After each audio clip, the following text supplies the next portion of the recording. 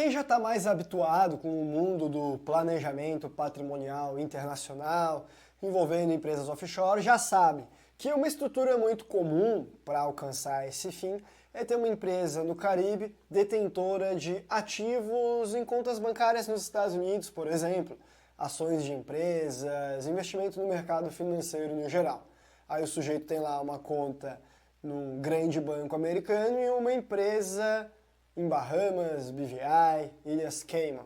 Isso é até um feijão com arroz que a gente vê sendo bastante utilizado por brasileiros, o qual eu particularmente também costumo aconselhar, gosto bastante. Mas, nessas empresas, as modalidades sucessórias podem ser diferentes, sobretudo para aqueles que não têm uma empresa com cotas conjuntas, joint tenancy, ou ainda diretor reserva. Nesses casos, é muito comum que além da empresa offshore haja ou um trust também, uma figura de um trust testamento, ou um próprio testamento mesmo. E entre o trust e o testamento, o que será que faz mais sentido? Bem, nós vamos mergulhar nesse que é um dos tópicos mais interessantes e mais sofisticados em planejamento sucessório internacional no vídeo de hoje. Se você não me conhece, eu sou o Guilherme, eu sou advogado, e aqui na Capital Global nós falamos sobre internacionalização de forma geral. Hoje, quinta-feira, temos esse quadro, Quinta Jurídica, no qual o assunto internacionalização é abordado mais numa pegada de legislação e planejamento patrimonial propriamente, mas é lógico que isso aqui não é assessoria jurídica, a ideia aqui é meramente educacional. Dito isso, eu vou trazer então 15 pontos de comparação entre os trusts, entre os testamentos, para esclarecer qual que é o mais vantajoso em cada situação para vocês que têm estratégias de planejamento sucessório com patrimônio no exterior. Antes de mais nada, então, eu gostaria de pedir para que vocês deixem um like no vídeo, se inscrevam no canal caso sejam novos e aproveita que você está com o celular na mão e nos segue no Instagram também, @capital.global e o meu pessoal, @guilhermebauer.s. Então, sem mais delongas, vamos começar essa análise com o primeiro ponto de comparação entre os trusts e os testamentos, que é, número 1, evitar processo de inventário. Qual é mais eficiente para isso? Bom, um trust, mais precisamente um living trust, geralmente evita o processo de inventário caso ele tenha sido devidamente estruturado para isso. Já o testamento, por sua vez, ele garante que você vai passar por um processo de inventário, porque para que você consiga executar o testamento lá no exterior, geralmente você precisa de um juiz para fazer a distribuição desses bens. Isso varia de legislação para legislação, mas em regra, sobretudo nos países descendentes do direito anglo-saxão, há essa necessidade de submeter a sucessão a um processo judicial, caso queira fazer valer um testamento, ao passo que o trust já seria praticamente de forma automática. Existe também a situação em que a pessoa falece, não deixou nenhum testamento, não deixou nenhum living trust, era o único dono da empresa offshore, não tinha diretor reserva, aí nesse caso também vai precisar fazer um inventário e provavelmente vai precisar envolver as autoridades judiciais do país no qual essa operação, essa empresa offshore foi consolidada. Mas esse provavelmente não é o seu caso. Se você está nesse canal, eu parto do pressuposto que você vai ter tomado as medidas necessárias para já ter organizado a sua sucessão em vida e evitar qualquer dor de cabeça para os seus herdeiros. Então, basicamente, se você quiser evitar a burocracia e o tempo que um inventário no exterior pode levar, o trust é uma opção melhor do que o testamento, do que o will, como seria chamado. Agora, o que exatamente seria esse processo de inventário? Bom, isso é um processo no qual você precisa registrar essa herança no tribunal, para que um juiz determine a distribuição dos bens. No Brasil, só se faz inventário em relação à parcela do patrimônio que está no país. No que tange aquele patrimônio que está no exterior, precisa fazer inventário ou seguir conforme for a legislação do país em questão. E via de regra, se você tem só um testamento lá no exterior, precisa de um inventário. Se você tem um trust, não precisa. No exterior, um inventário pode custar até 20% do valor do patrimônio, aí, contando custos com advogados, taxas, é claro, vai demorar bem mais. Número 2, privacidade. Bom, já vimos que no caso dos trusts não precisa de inventário, ao passo que no testamento, no will, você precisa desse processo judicial com o inventário. Via de regra, processos judiciais costumam ter publicidade. Então, se você opta por um testamento, os seus bens e a forma como eles serão distribuídos acabam ficando expostos em um processo judicial. Tudo isso acaba virando informação pública, passível de ser escrutinada por qualquer um. Em contrapartida, se você tem um trust, aí você consegue manter toda a operação com maior privacidade. Um ótimo exemplo do uso de trust é o do Steve Jobs, o fundador da Apple. Ele usou um Living Trust e, por isso, nos tem detalhes aí sobre qual foi a herança disponível dele para o público em geral. Diferente do que ocorreu com o Michael Jackson, que ele tinha um testamento que foi parar nos tribunais e veio à tona para o público todo saber. Então, se a sua privacidade é algo que você valoriza, certamente um trust é uma escolha melhor do que um testamento. Dito isso, vamos ao terceiro ponto. Número 3. Quando que entra em vigor cada um desses documentos? E aqui eu vou me ater à legislação internacional, que é onde os trusts estão recepcionados.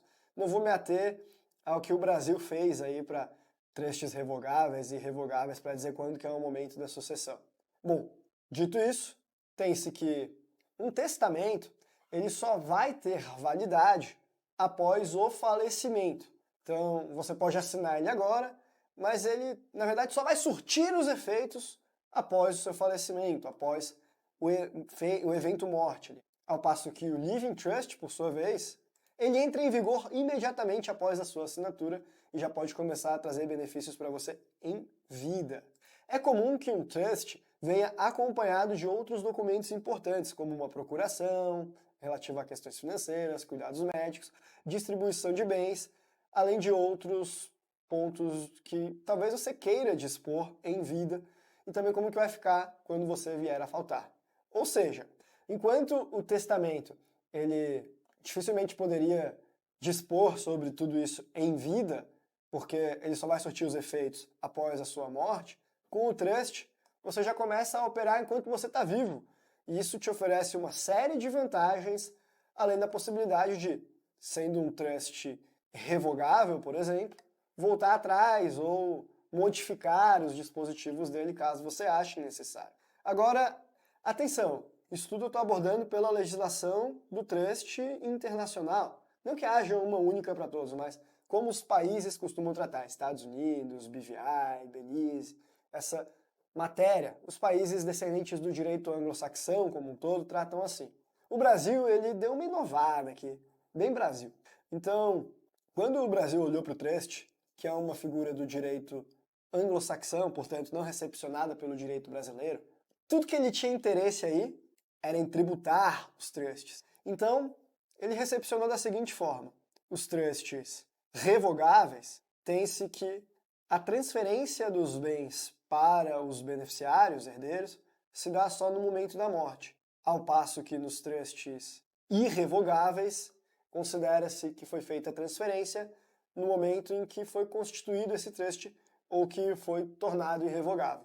A ideia aqui é só para saber quando que eles eventualmente iriam cobrar um imposto, se seria na doação ou na herança. Irrevogável, doação. Revogável, herança. Só que isso, tecnicamente, é uma classificação um pouco equivocada. O correto seria Living Trust, Trust, testamento, e fazer as diferenças quanto a isso, quanto a essas características do modelo, e não se ele é revogável ou irrevogável. Então isso aí pode acabar gerando alguma confusão para aqueles que não têm tanta familiaridade com o assunto, porque a maneira como o Brasil classificou os trusts é um pouco diferente da maneira como os países que têm esse instituto no seu ordenamento jurídico costumam classificar. Então, para fins exclusivos de TCMD no Brasil, tem essa ressalva. Número 4 da nossa comparação entre trust e testamento é quanto a planejamento para uma situação de incapacitação.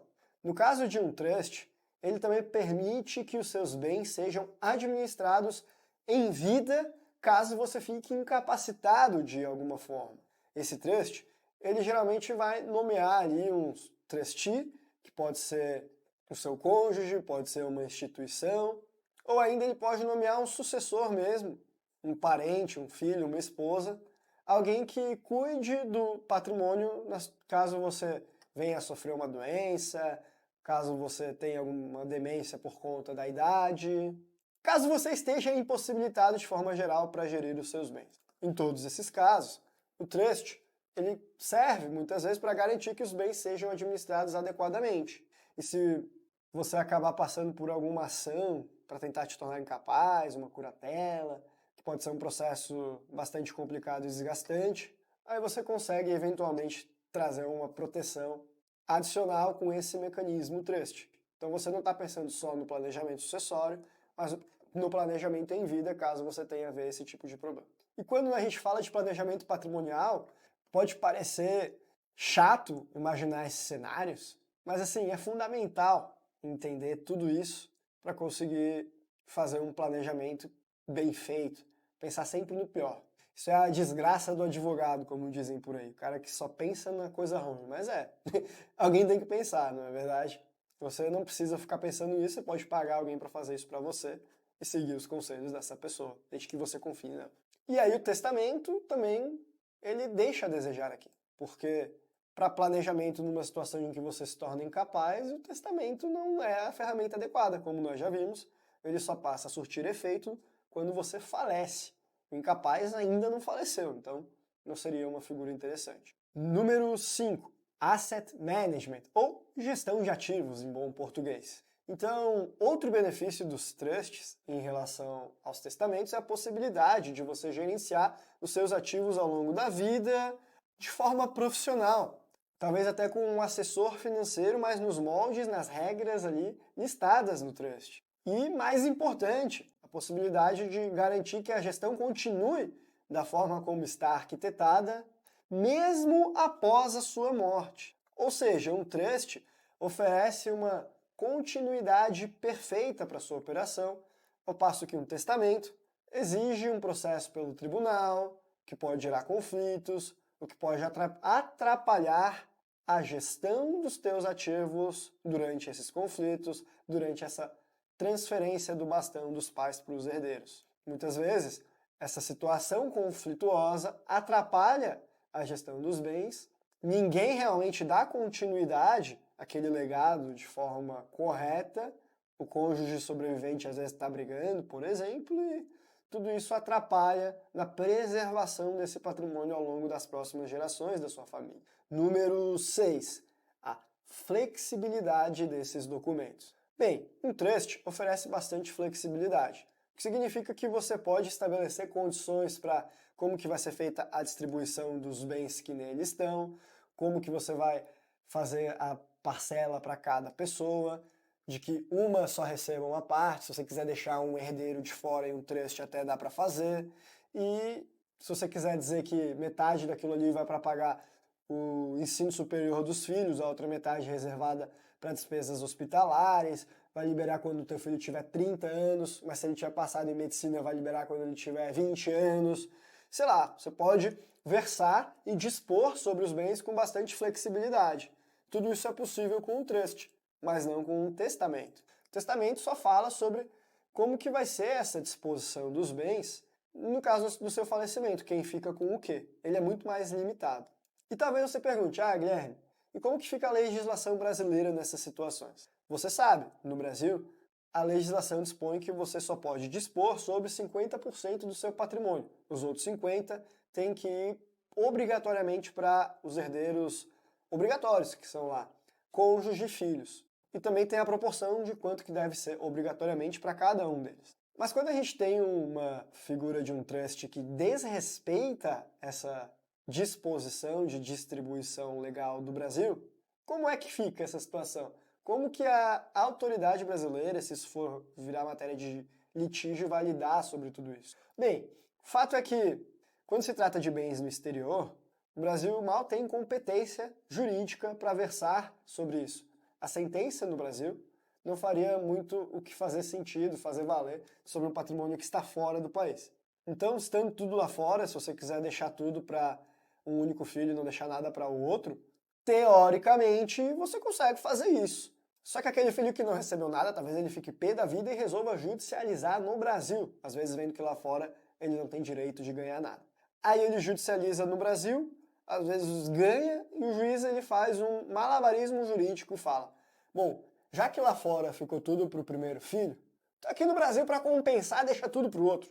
Imagina que loucura o juiz fazer isso para tentar reequilibrar a disposição. Pois é, infelizmente, quando se trata de Brasil, a insegurança jurídica é tremenda e esse tipo de coisa pode acontecer. Mais uma razão para não ter muitos ativos no Brasil e internacionalizar o máximo possível. Mas isso é outra conversa. A ideia aqui é compararmos as diferenças entre trusts e testamentos. No Brasil não tem trust, só teria testamento, e seria ainda mais limitado porque você só poderia versar em testamento sobre 50% do seu patrimônio. O restante não. Ou melhor, o restante necessariamente, mesmo que acabe falando sobre o restante no teu testamento, mas precisa obedecer à legítima, à herança obrigatória. Número 7. Complexidade e custos do trust e do testamento. Aí quando nós falamos de complexidade e custos, é verdade que um testamento costuma ser bem mais simples e bem mais barato de se configurar do que um trust, já que muitos advogados eles vão te cobrar quase nada para fazer um testamento ali, porque a ideia deles é deixar você amarrado com eles para que lá na frente, se precisar de um processo de inventário, você faça com esse advogado. No trust não, o trust é um documento mais complexo, costuma demandar mais esforço e mais horas do profissional, então ele tem por si só um custo inicial maior já. Além do que, se você for colocar um trustee para ser lá o fiel depositário que vai executar as obrigações de fazer, como uma instituição financeira ou um escritório de advocacia licenciado, bem, o trustee também vai cobrar uma taxa de administração anual para poder figurar nessa posição, que às vezes é percentual do tamanho do patrimônio, sei lá, 2%, 3%, mas eles fazem gestão dos ativos também. Às vezes é uma taxa fixa, por exemplo, 1.800, 2.000 dólares ao ano. Enfim, vai depender do tipo de trust e também de qual que é a jurisdição. Aí se for testamento não tem nada disso, é um one-time fee, você vai pagar lá para fazer o documento uma única vez. E depois lá na frente provavelmente vai ter custo novamente com a necessidade de fazer esse inventário, possivelmente, provavelmente, uma demanda judicial. Número 8, ter um trustee, que é o principal do trust, ou um executor em um testamento. Bom, se você não está entendendo o que é trust, assiste esse outro vídeo que eu vou deixar aqui no izinho, no qual eu expliquei quais são as figuras que tem no trust. Mas é o instituidor, basicamente, o trustee e o beneficiário. O trustee é quem recebe os bens para zelar, custodiar e executar as obrigações de fazer. Ele recebe do instituidor e faz isso em prol dos beneficiários. Ele é o intermediário ali que cuida e faz o documento acontecer. Aí no testamento a gente tem a figura do executor, que é a pessoa física ou às vezes uma entidade jurídica nomeada para administrar o espólio ali na hora do inventário. É o responsável por administrar a herança e a distribuição no caso de sucessão. É como se fosse o inventariante no Brasil no processo judicial. Agora, quando a gente tem a comparação então do trustee e do executor ou inventariante. Bom, o executor ele vai ser nomeado quando tem um testamento, ele vai ser supervisionado pelo tribunal e muitas vezes tem exigências como o pagamento de algumas taxas para poder figurar nessa posição. Já o trustee, no caso de um trust, ele não necessariamente vai ser alguém que é pago ao longo da vida e também posteriormente, mas ele pode ser também alguém que é membro da família e não necessariamente vai ter esses custos. E ele pode atuar lá por um longo período de tempo, inclusive quando você ainda está vivo, ao longo de várias gerações, ele pode ser uma organização. A grande diferença do trustee e do executor é que o trustee geralmente tem uma função mais longa Enquanto ocorrer o trust, terá o trustee. Ao fato que o executor ele tem uma função mais imediata de atuar ali como inventariante na distribuição dos bens no caso de sucessão. E essa diferença é importante porque mostra que a função do executor é muito mais distribuir os bens e encerrar o seu papel, ao passo que o trustee ele pode continuar fazendo valer as vontades estabelecidas pelo instituidor no trust, mesmo após o falecimento dele. Pode continuar administrando da forma como quiser, pode trazer maior estabilidade para esse planejamento sucessório, portanto. Então, se você está considerando alguma das duas opções, bom, via de regra, o trust aqui também vence no testamento. Poxa, perceba que até agora não teve nada que eu tenha visto aqui que o testamento é melhor. Tá, talvez em questão de custo, mas custo-benefício não. Número 9. Facilidade para alterar o documento posteriormente. Bom, quanto à flexibilidade, nós já vimos. Tanto de coisa que dá para colocar ali, regras específicas. Isso é uma coisa, flexibilidade. Agora, facilidade para alterar posteriormente é outra. Pode ser que o trust seja muito flexível, mas se você quiser mudar depois já era. Ao passo que o testamento seja rígido, mas você possa mudar a qualquer tempo. Bom, veja, depende. Na verdade, para alterar qualquer um dos documentos, às vezes é mais difícil. Tanto o testamento quanto o trust pode ser que não seja tão fácil assim de você fazer a alteração. Ainda mais caso se trate de um trust irrevogável. Aí não nem é que não é fácil. Na verdade, é impossível, porque você já não pode mais alterar uma vez instituído. Mas um trust revogável e um testamento, aí eu diria que empata. Os dois podem sofrer mudanças e adaptações durante a sua vida de forma talvez um pouquinho burocrática, mas ainda assim relativamente simples e prática do que quando comparado com não fazer nada e deixar para os teus filhos brigarem numa situação de sucessão, por exemplo. Número 10. Ter propriedades em vários estados americanos. E eu digo isso porque geralmente essas estruturas são utilizadas porque você possui patrimônios fora. E o brasileiro ele começa a pisar lá fora investindo geralmente na bolsa de valores americana. Mas daqui a pouco ele quer diversificar e começa a comprar imóveis por lá também. Isso é muito comum. Alguns dos nossos clientes, por exemplo, fazem isso. E aí, se você possui bens em mais de um estado nos Estados Unidos e eles estiverem todos em um testamento, por exemplo, aí complica muito porque o processo de inventário por lá é um para cada estado americano. Dada a descentralização, que muitas vezes ajuda, nesse caso ela atrapalha. Então, se você tem uma casa em Miami, uma no Texas, uma na Califórnia, além de uma no Brasil, olha, são 4 processos de inventário judicial, muitas vezes, que você terá de fazer para fazer valer esse testamento. Um na Califórnia, um no Brasil, um em Miami, um no Texas, enfim. Perceba que a burocracia, a dor de cabeça, o custo, a complexidade da operação é muito maior. Múltiplos processos judiciais, custos com advogados, que, olha, caso você tivesse um trust, não teria nada disso.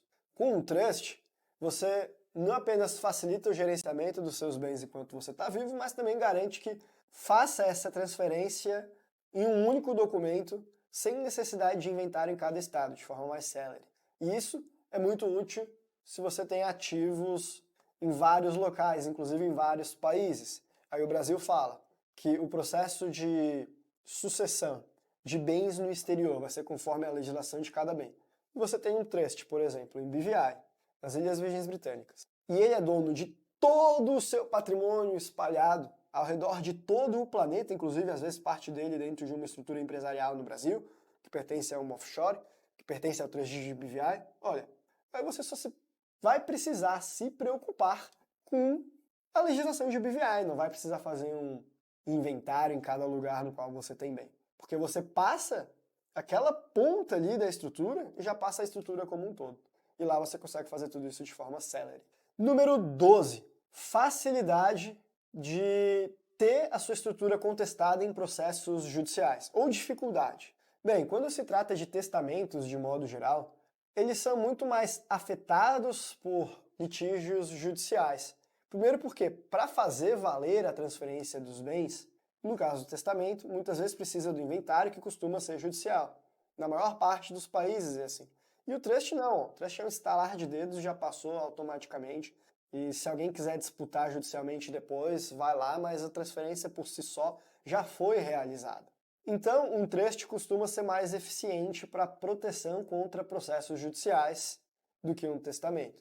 Às vezes, se está só no testamento, fica parado no processo para definir quem é o dono da coisa, fica lá só, às vezes, sei lá, um inventariante cuidando de tudo, mas ele também não é o dono, aquilo lá está sub júdice, e no trust não teria muito o que fazer. Pode até tentar contestar, mas provavelmente a transferência já foi feita antes disso. E outra, como o trust é uma estrutura mais flexível, muitas vezes é possível colocar ali no documento algumas cláusulas na qual, sei lá, se um membro da família processar outro membro da família, ele pode acabar sendo deserdado, por exemplo.